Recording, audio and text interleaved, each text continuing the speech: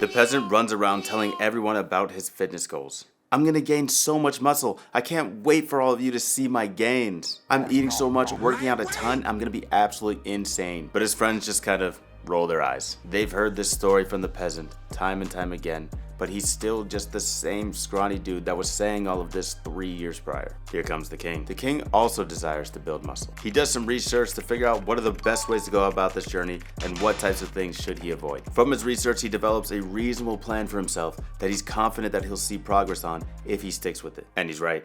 He sticks to his plan, sticks to his goals, and a year later he emerges with the exact dream body that the peasant was telling everybody that he was going to get. Now it's important to realize that you are one of the people in this story, but which one? My name is Logan, and on this channel I help you realize that you are the king, and as such it's time to kill the peasant mindset and be the king that you are. And so we're gonna jump in with the 4 common mistakes that you're probably making, and it's why you can't see all the gains in muscle that you want. So the first biggest mistake is that you're not tracking calories. I don't know how many times I've had a conversation with somebody, bro, how do I gain muscle? How do I gain muscle? I just can't seem to put any on. And the first thing I ask them is, well, how much are you eating? And pretty much without fail, I get the same answer every single time. Oh, I eat a lot, bro. I'm eating tons, I promise you. Okay, so how many calories? What are you actually eating? It's gotta be up there because I'm telling you, bro, I'm just chowing down all day long. I eat so much. Then I say to them, okay, well, let's start with this. Download MyFitnessPal. It's a free app to track your calories. And for the next 5 days, don't change anything about your diet. Just eat and log in exactly what you've been eating recently. And don't try to eat more now. That will defeat the purpose. Just track the calories of your normal diet as best as you can. I just want you to get an accurate picture of what you're actually consuming. Then what happens? They come back to me in 5 days. Bro, I'm eating like 1,700 calories a day. And I just look at them.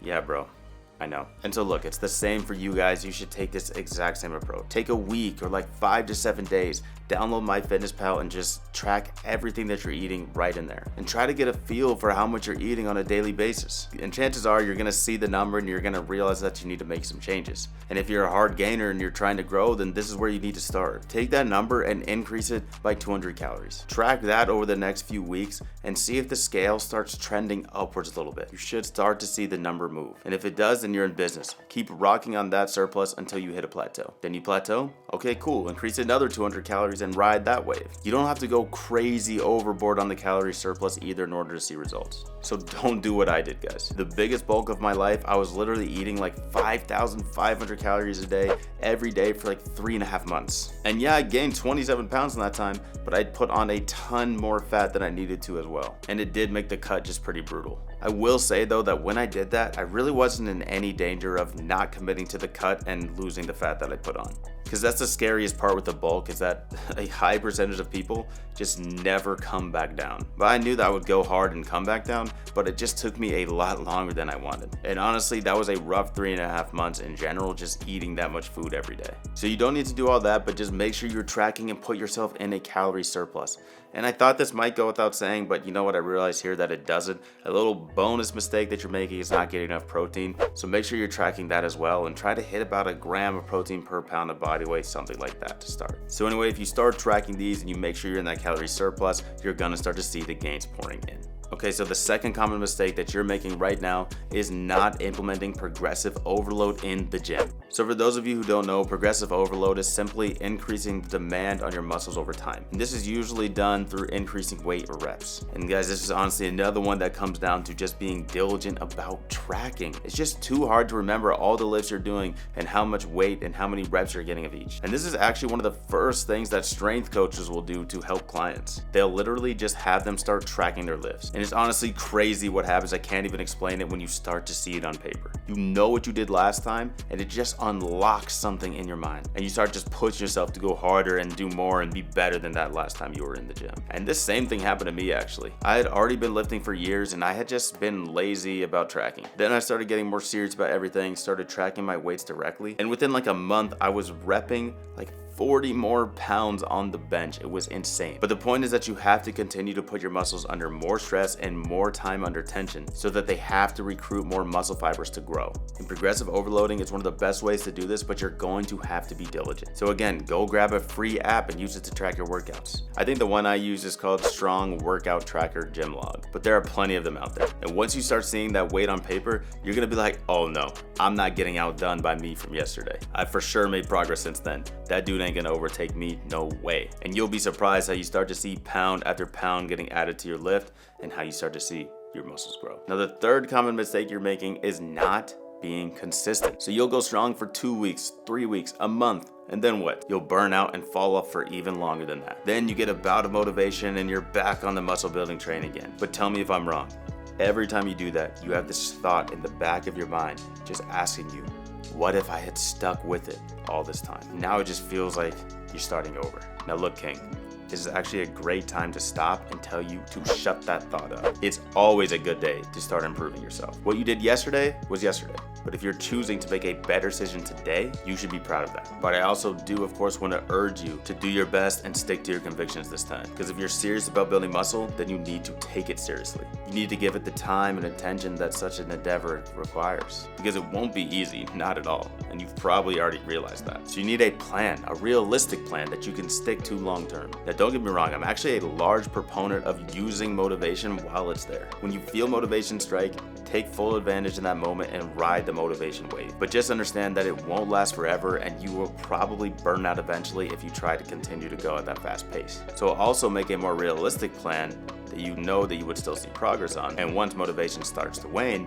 fall back to that realistic plan instead of falling back to your old habits. And actually, if you're interested in a more in-depth discussion about my philosophy around motivation, I actually made a video on that topic, and so I'll link it right now. Check that out if you're interested. But the point here is that consistency is going to win every day of the week, and that's whether you're being consistent in a good habit or a bad one. What you do consistently is who you will be or become. So if you consistently slack on your fitness goals, you'll build muscle like somebody who's slacking on their fitness goals. But if you consistently put in the required effort and track your intake and your workouts like we've been talking about, the consistency will win again and you will see results. So come on, man, just up your consistency game. I know you can do it. All right, and so the fourth, and in my opinion, the biggest offender among the common mistakes is that you're simply being dishonest. And mostly, you're being dishonest with yourself. Look, we all want to feel good. We all want great mental health. And I'm a huge advocate for mental health. But a common misconception about having great mental health is that we're supposed to feel on top of the world 24 hours, 7 days a week. And I hate that notion because it drives people to resort to measures that are actually really bad for their mental health over the long term. And one of those measures is lying to yourself about the role that you play in your own life. One of the biggest boosts I see for people in regards to their mental health is when they begin to realize the amount of control they actually have over situations that they used to think were out of their control. They just start to light up like, wait, I can do something about that? Because they've been trained to feel like they should always feel happy. So then they don't do that hard step of looking themselves in the mirror and be like, hey bro, you're not it right now. You're not putting in the work that you're telling everybody else that you actually are putting in, and you know it. And it's uncomfortable to do that. It doesn't feel good, but I promise you it's also a liberating feeling because then you can actually start to do the work to elicit real change. And the same principle applies to building muscle. So many people are dishonest with themselves about that topic. They try to say that, oh, I'm doing everything I can, and then they just blame external circumstances that are out of their control. But bro, don't you find that exhausting? That's harder to keep up with than actually just doing the work. And honestly, I feel like it's leading to just so much more depression and lack of progress overall. Because really one of two things happen. Either you convince yourself that you really are doing everything, and then you're just devastated because then there's absolutely nothing you can do and it feels completely out of your control. Or you actually know in the back of your mind that you're not being honest with yourself and you're not doing everything you could, and it eats away at you every single day. And either way, you're in a lose-lose situation. Not making progress in your muscle growth, not making progress in your mental health. So instead of that, just be honest. What have I tried? Ask yourself that. And maybe even more importantly, what haven't I tried? What am I not actually doing? What am I not really keeping up with? And the facts are, it's probably gonna come down to one of the 3 common mistakes we listed before this one. Am I eating enough and getting enough protein? Am I implementing progressive overload? And am I being consistent? Guarantee if you're not seeing gains, you're slacking in one or all of those areas. But the beauty is now you know that to be the case. And now you also know that you can actually do something about it. So go out there and do it. And look, King, if you got any value from the video, drop it a like and subscribe to the channel. I'd love to have you in the family. And man, if you're interested in seeing how I overcome mental battles and struggles, I filmed a video recently where I completed a 3-day fast, so I'll link it right here if you want to watch me go through the ups and downs. Check that out if you're interested. And now it's time for me to serve as your reminder. Always put the work in. And from there, leave it in the hands of the one true king. Stay kingly.